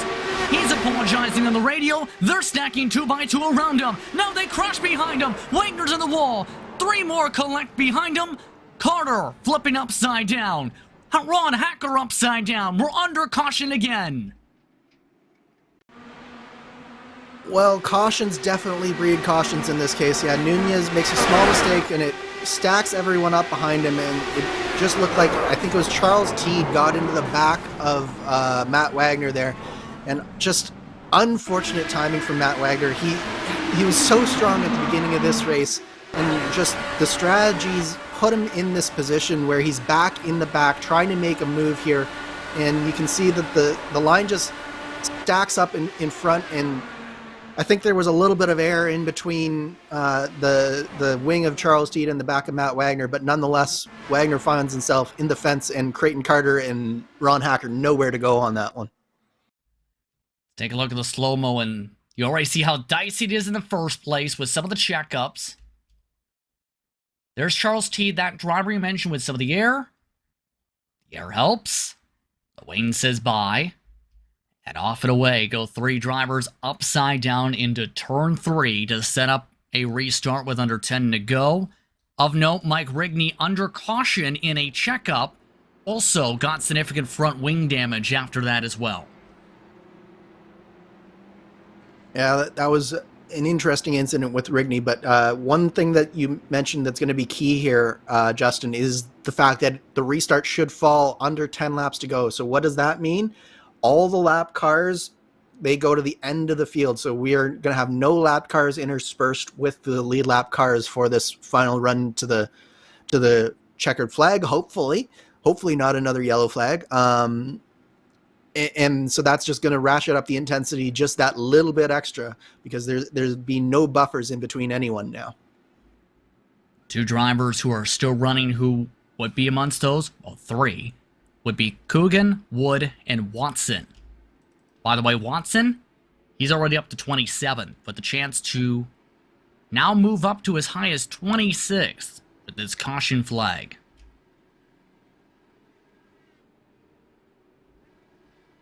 But now Forsythe has to do it again, Andrew. That's the tough thing. He showed his hand the first time there, stacking the box, similar to that you may see in a stock car race. And everyone handled it very well. Yeah, if I'm Forsythe, I'm probably going to change up my start just a little bit here. What I would do this time is I'd probably back up the field just a little bit, allow the pace car to get a little bit more of a gap, and then go really early here, try and get a jump. This is sort of the chess game that happens in these races sometimes when you get caution after caution. You can't do the same green flag routine every time, or else the car behind you starts to anticipate what you're about to do. So you have to sort of stay one step ahead of the guys behind you in order to maintain the gap that you need to take it home here. Coming up to 1 to green this time by 11 laps to go at the stripe, 10 to go when the green flag flies, so we'll see how things sort out. But right now, there are 19 drivers on the lead lap. Forsythe, Malone, Hardin, DeMade, Mull, Gibson, Hassert, Branch, Jasper and Wood, Nunez, Jenkins, and Zaldo, Goodman, Teed, Musselman, Munoz, Ryman, Rigney. Those are those drivers who all still have a chance here, depending on what happens, to potentially fight for the W. 1 to go this time. And fuel burning time sees Trevor Malone decide, let's go to the very bottom here. Yeah, they're all spread out once again, and they'll get nice and lined up on the backstretch, hopefully. But yeah, it's one of those times where any little advantage that you can get, any little thing that you can do, this is the time to do it. You have to pull out all the stops, and we even see some drivers coming down pit lane here at the very end to try and top up, see what they can do. Yeah, this is going to be exciting, I think, Justin. Some of those drivers are some of the lap cars referred to, so that is understandable. Of note, AJ Musselman also topped off there, as well as Samuel Ryman. The tough thing is, with the timing of Musselman, he actually came out behind Watson, so we'll see how that works. But the rest of the field is in turns 3 and 4. Forsythe looking to close it out. He rolled the strategy dice and ended up getting the break of the night with the caution coming out the lap he was planning to pit. And now it comes down to 10 laps at Miami. Green flag is out, back and away.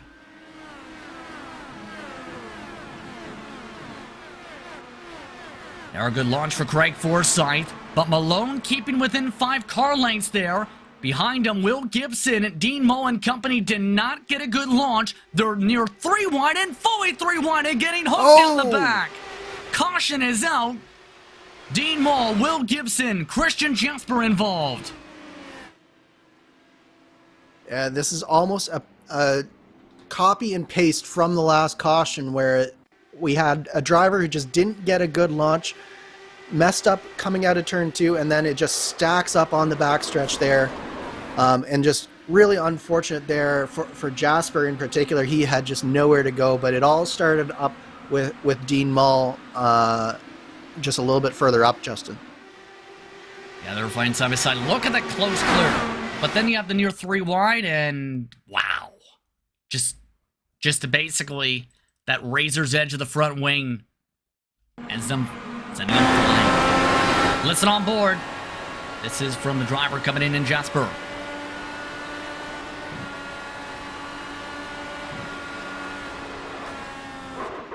And one thing to keep in mind with these cars, Justin, is that it's very, very difficult to see exactly where that front wing is from the cockpit of these cars. You sit very low in the car and you can't see really where the wing is, so it just looked like a little bit of a misjudgment there. And that brings us under caution again. We're quickly approaching the point of no return, mind you now, because of this yellow. Looking at a window of maybe one, if there's a caution within 10 seconds, maybe 2 restarts at most. Yeah, I think this is really the one that is going to count here, Justin.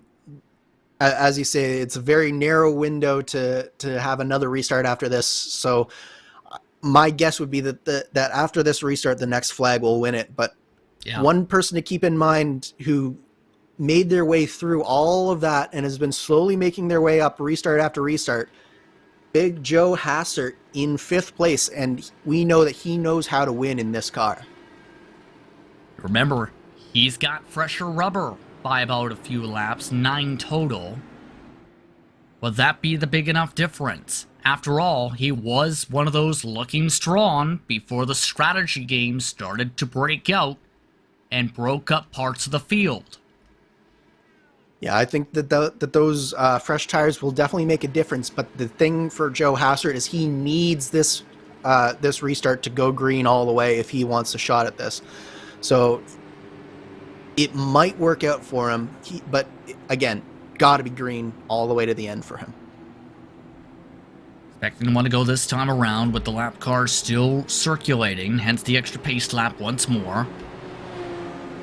Team Mall has lost a lap from that incident. So now 17 total are on the lead lap. The other who's losing laps is Jasper, who is done. But Forsyth, Malone, Hardin, DeMade, Hassert, Branch, Wood, Nunez, Jenkins, and Zotto, the top 10 for what is likely the final restart. What a night it's been, Andrew. Your thoughts on everything that's led up to this moment, with starting off with that dominating run, of course, with Wagner's 76 laps led total, to now, where it's a completely different story. Yeah, I think what we saw early was everybody was just really content to sort of get into a nice groove and see what happened with the car, with the setup. But I think once we started to get some cautions, we started to get some drivers who were a little bit nervous, a little bit desperate. And it's just created a little bit of chaos here tonight. And particularly when we had that one caution fall where it did, where it inverted the field and put some of the fast cars back in the pack, it really just created this recipe for chaos that we've seen over the last 30 laps or so. And I don't think we're quite done with that chaos just yet.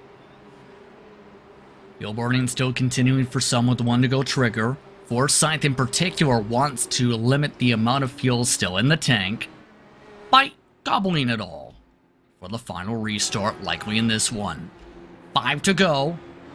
If we make it around the full lap, it will likely be the point of no return past. If there's a caution before that lap completion, we may get a one-lap shootout at best. It's all down to what these drivers do.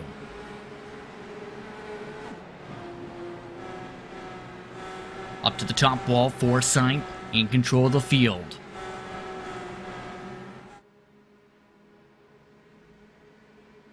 Five laps to go from Homestead Miami Speedway. Who will come away with the victory in the ButtKicker Miami 200 presented by MOZA Racing? We're about to find out. Green flag, 5 to go.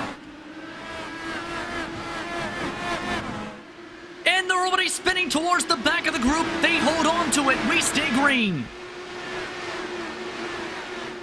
We just dodged a major bullet there, Justin. The car that spun down into the infield, didn't come back up. But up front, we have Ricky Hardin making a move on the inside of Trevor Malone for second place. Meanwhile, Craig Forsyth in the lead.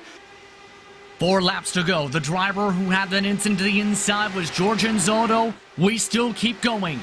DeMay tries the bottom. Malone tries the middle. Forsyth tries the snake down the backstretch. Everybody snaking each other down the straight.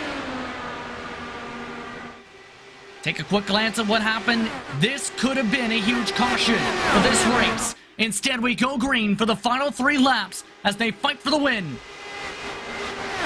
Big Joe Hassert now up into 4th place. Ricky Harden is fading. Dakota DeMade also in 3rd place right now. 3 laps to go. Does Hassert have enough to make those tires last? I don't think he does, but Forsyth extending his lead over Trevor Malone right now. That gap nearly a half a second advantage. 2 laps to go at Homestead, Miami. That break continuing to build on up. Big Joe Hassert dives into the inside for 3rd position. DeMade tries to squeeze a touch. DeMade with the better run. Really close stuff between DeMade and Hassert is not done yet. He is doing everything he can, but DeMade is just covering him off too well. Meanwhile, Forsyth with the white flag here, he is romping away from Trevor Malone, 0.6 of a second now. Final time around at Homestead Miami Speedway. Forsyth rolled the strategy dice. He looks to hold on for 2 more corners. He'll run the middle to the bottom. Craig Forsyth with the strategy gamble and the timing will come away with the victory. He wins the ButtKicker Miami 200 presented by MOZA Racing.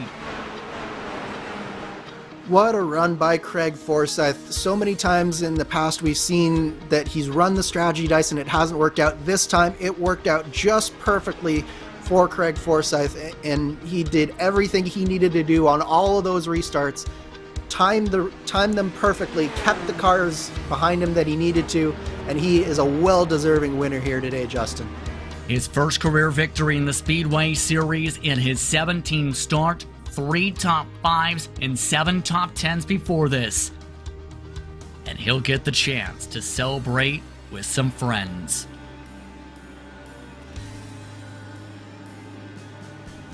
For Dakota DeMade, a 3rd place run. The 82, happy to be in the podium. Up for Craig Forsyth, he'll be happy to start off the year with the W.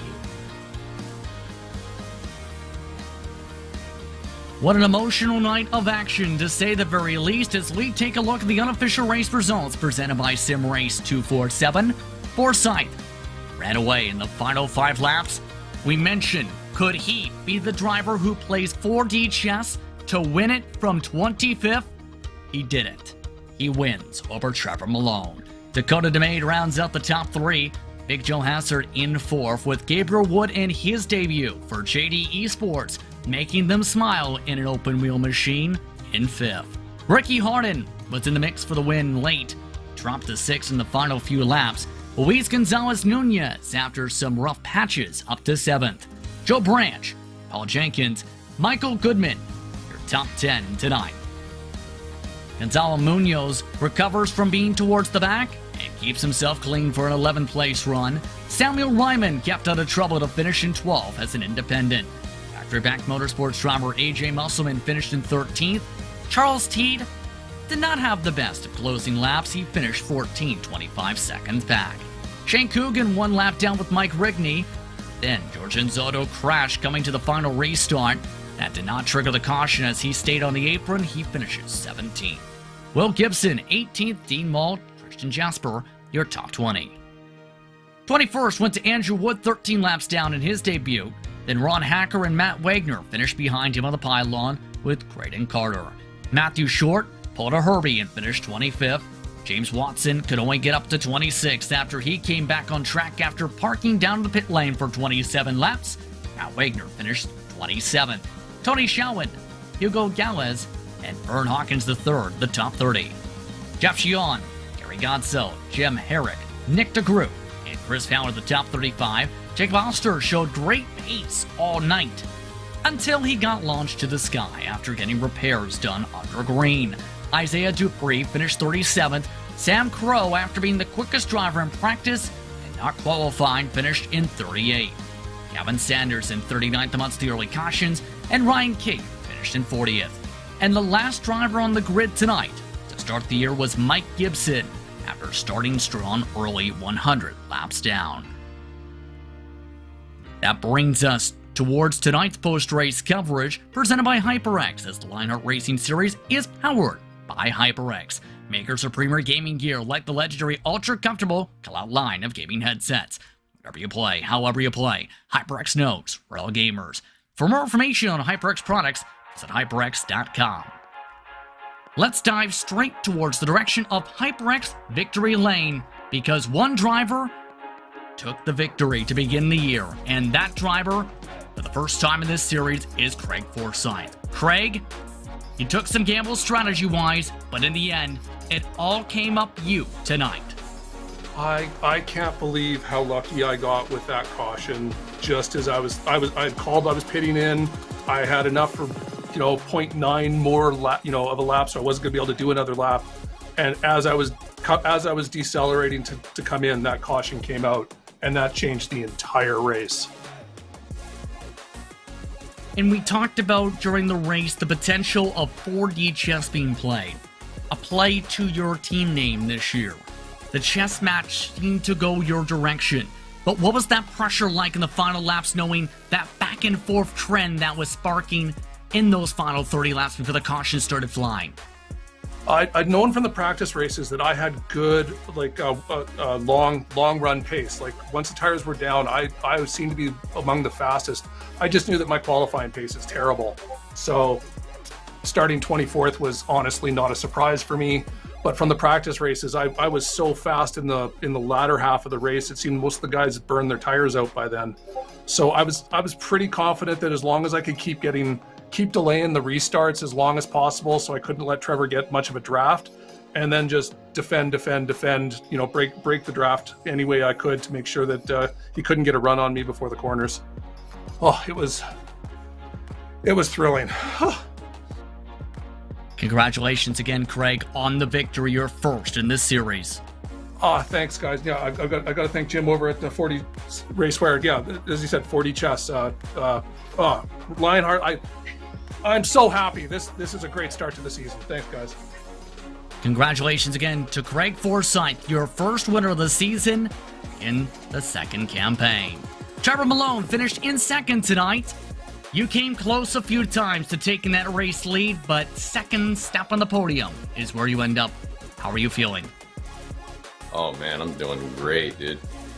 I mean, after last year, it's great to have a second place finish at least. So hopefully the season goes well and I can, get some wins or a couple more second places or thirds. But man, I'm feeling great. What did you need to do differently to be that driver who took that top spot away from Craig?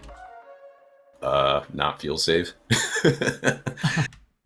No, on the I think the third restart or so, I was just trying to fuel save because I know we were like maybe a 1 or 2 laps short, and I just needed the fuel save just a little bit. So I got that first lead lap, and then went behind and went to fuel save, but apparently there was a bunch of cautions. So it is how it is, but I'm okay with that. Congratulations on second spot tonight, Trevor. Heck yeah, brother. See ya. Trevor Malone, second spot in this field tonight. Dakota DeMade finished in third this evening. Dakota, you had to really fight for this one. You were shuffled to the back end of the top 10 and the fringes of the top 15 at one point, but you end up clawing your way back to third. Yeah, yes I did. That was a race. Oh man, I'm still sweating. So talk us through how difficult it was to get yourself into the spot to be a contender for this race win. Yeah, that was just a matter of luck. I was able to start up front, and then I kind of got shuffled back quickly, and I just kind of realized I kind of had to do something different to get back up onto the top step there, and changed up my fuel strategy a bit. And caution came out at just the right time, so it was really just a matter of luck to end up there at the in the top 5 there, and then a bunch of late cautions really helped me out there as well, because I knew those cars with fresh tires were coming. Yeah, that was, oh man, that was something, man. That was tense. Well, congratulations on the podium to start off the season. We'll see how you fare out in 2022. Congrats. Yeah, thank you. That's Dakota DeMade rounding out the podium tonight. I'd like to thank him, Trevor Malone, Craig Forsyth, for taking the time to speak with us from HyperX Victory Lane. And what a season start, Andrew. With a brand new campaign, Homestead Miami lived up to its billing, but it's Texas next on the docket. And of course we know everything's bigger in Texas. Absolutely, and Texas is just one of those tracks that it can't help but produce great action in IndyCar racing, especially with just how wide it is, and we know the speeds that can be reached here at Texas in this IndyCar. So I'm definitely looking forward to what we see in 1 week's time. But what a race we saw tonight, Justin. It had a little bit of everything. It had long green runs, it had strategy, it had chaos, it had excitement. What more can you ask for from a season opener? And that's an understatement in of itself. But we'd like to take the time to thank the presenting sponsors for this season of Lionheart Speedway Series competition. MOZA Racing is revolutionizing sim racing with the development of industry-leading hardware and software products like their R9 direct drive wheelbase and GS steering wheel. Featuring zero-delay wireless technology and made from high-end materials, MOZA Racing delivers the precision you need to reach victory lane. HyperX Lionheart Racing Series is powered by them, the makers of premier gaming gear like the legendary ultra comfortable cloud line of gaming headsets. Whatever you play, however you play, HyperX knows we're all gamers. For more information on HyperX products, visit hyperx.com. You're passionate about sim racing, but always feels a little flat compared to the feeling of driving a real car. Now you can actually feel what it's like to drive a race car.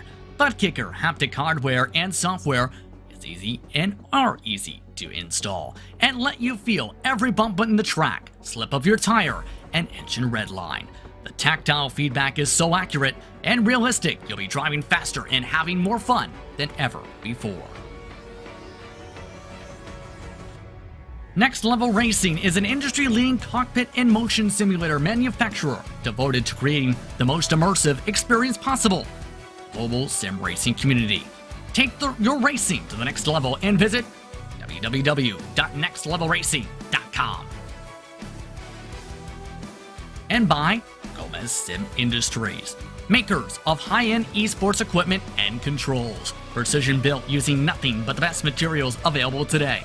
Passion and handmade craftsmanship drive each made-to-order build, bringing a driving experience like no other. Visit GomezSimIndustries.com. Lots more Lionheart competition is to come, and we can't go without thanking the many more sponsors seen on screen for all their support of the Lionheart Racing Series. To follow along with the action, go to LionheartRacingSeries.com or keep up with them on social media at Lionheart Series. But with that, I'd like to thank everyone for tuning in for tonight's action from iRacing's virtual Homestead Miami Speedway. The next time Lionheart action hits the track is tomorrow night when they go racing at New Hampshire Motor Speedway. That will be seen on RaceBot TV and ESTV for the Next Level Racing 150 at New Hampshire, presented by ButtKicker. But with that, it's time to say goodbye. For Juna Kankipani and Andrew Kinsella, my name's Justin Prince. Thank you so much for watching tonight's action here on RaceBot TV and ESTV. Congratulations once again to your race winner, Craig Forsyth. He comes away with the season opening W at Homestead Miami. Enjoy the rest of your evening. Good night.